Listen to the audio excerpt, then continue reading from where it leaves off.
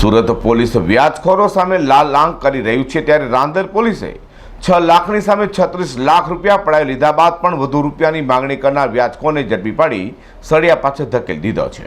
સુરત સહિત સમગ્ર રાજ્યમાં હાલ વ્યાજખોરો સામે ખાસ મુહિમ હાથ ધરાઈ છે, ત્યારે વ્યાજખોરો પણ ચરમસીમા વટાવવાનું વ્યાજ વસૂલી રહેવાનું સામે આવી રહ્યું છે।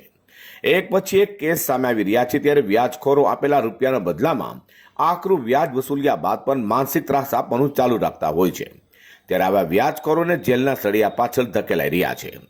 રાંદેર પોલીસે 6 લાખ રૂપિયાની સામે 36 લાખ રૂપિયા ચૂકવ્યા બાદ પણ વધુ પૈસાની માંગણી કરનારા વ્યાજખોરની ધરપકડ કરી છે। વ્યાજખોર વિજય નટવર ગરીબની નાનપુરાથી ધરપકડ કરાઈ છે। ફરિયાદીએ આરોપી પાસેથી 5 વર્ષ પહેલા 6 લાખ રૂપિયા લીધા હતા, જેમાં ફરિયાદીએ 5 વર્ષમાં 6 લાખની જગ્યાએ આરોપીને અધો કહી શકાય તેમ 36 લાખ રૂપિયા ચૂકવ્યા હતા।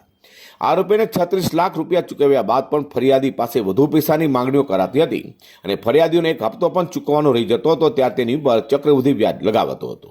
વધુમાં પોલીસે જણાવ્યું હતું કે આરોપી વ્યાજખોર વિજય દ્વારા ફરિયાદીને સતત ફોન કરીને માનસિક ત્રાસ અપાતો હતો। ફરિયાદીએ આરોપી વિરુદ્ધમાં રાંદેર પોલીસમાં ફરિયાદ નોંધાવી હતી, જેથી પોલીસે ફરિયાદના આધારે આરોપીની ધરપકડ કરી આગળની કાર્યવાહી હાથ ધરી છે। Bureau report G24 news.